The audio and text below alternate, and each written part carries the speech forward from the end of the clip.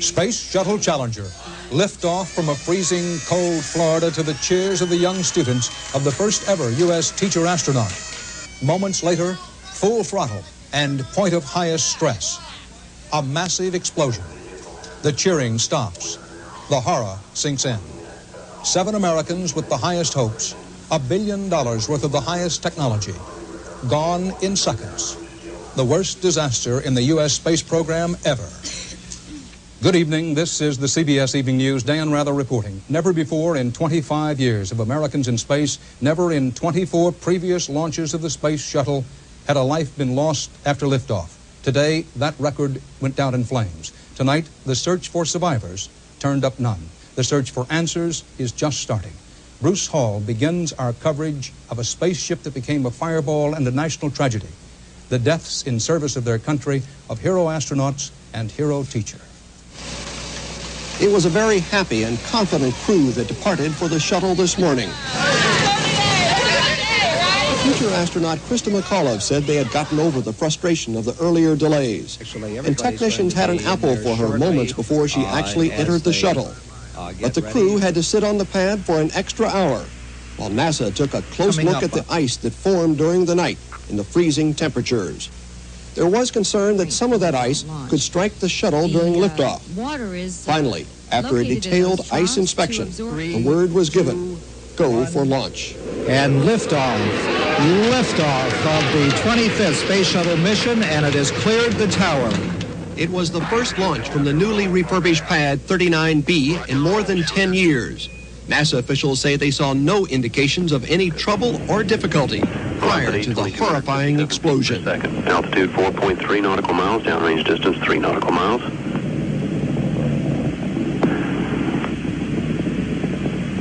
Engines throttling up, 3 engines now at 104%. Challenger, go at throttle up. Challenger, go at throttle up. Oh my God. The explosion appeared to destroy Challenger. The solid rocket boosters emerged from the fireball, continuing to fly uncontrollably for several seconds before plunging into the Atlantic Ocean, leaving a trail of smoke. Coast Guard Lieutenant Dave Baird watched the explosion from aboard a commercial jet. Basically, it looked like it just tore itself to shreds and was on fire. And it looked like a kid's airplane being hit by the wind, and it didn't appear that anything could have survived from our vantage point. The Coast Guard immediately launched an emergency rescue effort, but all that was found were small pieces of debris scattered over a wide area. NASA officials put together an investigation team this afternoon, but gave no indication of the cause of the explosion. It will take all the data, careful review of that data, before we can draw any conclusions on this national tragedy.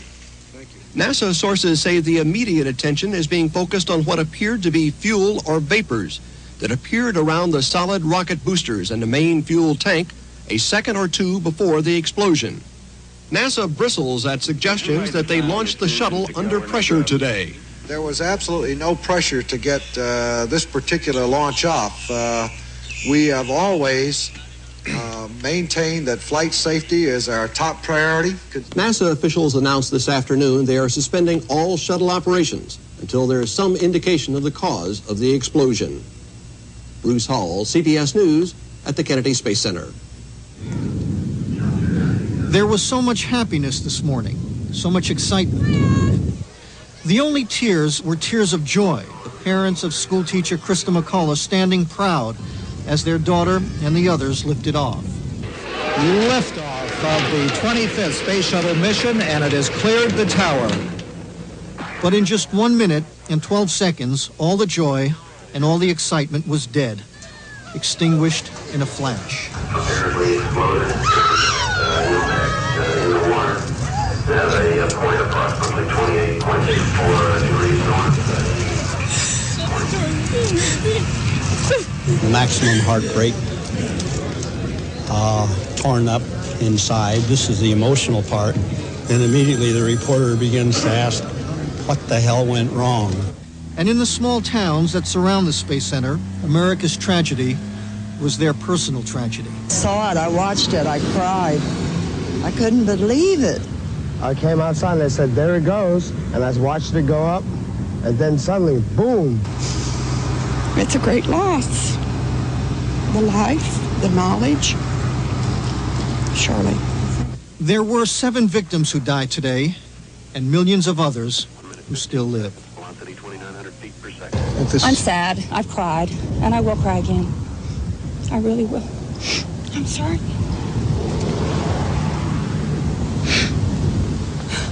Bernard Goldberg, CBS News, Cocoa Beach, Florida. Now, using our scale model of the Shuttle Challenger and slow-motion stop-action videotape of the accident in space, let's try to go over once again just what happened. First to the model. You can see that the Challenger on either side has the solid rocket boosters, the tanks that hold the rubber-like solid fuel. The large orange tank is the main liquid fuel tank. Now, we'll rotate the model just a bit to roughly the position the Challenger was in just before the explosion. What we're seeing now is stop-action footage of the mission, just about 1 minute and 11 seconds in. We see the shuttle and one of the solid rocket boosters. At this point, a small flame leak is already visible in between. As we roll this ahead in slow motion, another flame leak appears above about 1 second later. Then, scant tenths of a second later, a large clear flame, and then the last massive explosion. The Challenger enveloped in a terrible fireball over the next 3 seconds. Finally, just past 1 minute and 14 seconds, you can see one of the solid rocket boosters blown aside in the top right-hand corner of the screen, the booster shooting off away from the fireball. The 7 crew members aboard Space Shuttle Challenger today were Spacecraft Commander Francis R. Dick Scobie, 46, born in Washington State. He flew combat in Vietnam. The pilot today was 40-year-old Michael Mike Smith, born in Beaufort, North Carolina, a naval aviator and test pilot who'd flown 28 different kinds of aircraft. Judith Resnick, 36, hometown Akron, Ohio, an electrical engineer who earlier became this nation's 2nd woman in space. 35-year-old Ronald McNair. He held a doctorate from MIT. He was a scholar from Lake City, South Carolina. Air Force Lieutenant Colonel Ellison Onizuka, who was from Hawaii. He was 39 and last year took part in America's first manned military space flight. 41-year-old Gregory Jarvis, a native of Detroit. He was bumped from Columbia's December flight to today's Challenger flight to make room for Congressman Bill Nelson as a congressional observer. And the 7th member of this crew was Krista Corrigan McAuliffe, the 37-year-old schoolteacher and mother of 2 from Concord, New Hampshire. What started as a party at Concord High School today ended in tears as students watching the launch learned about as hard a lesson as life offers. Steve Young was in Concord. 4, 3, 2, 1. About 300 Concord High School students had gathered to watch the launch of their star social studies teacher. It took a minute to realize that what they were watching was a disaster. Malfunction. Would you like to hear about it or not? Students were dismissed about an hour later, still numb. Everybody's just like, they're all just falling apart, all the teachers and everything. I don't ever want to go there. It's been proven unsafe. Afterward, the principal said guidance counselors will try to help students anguished by the tragedy.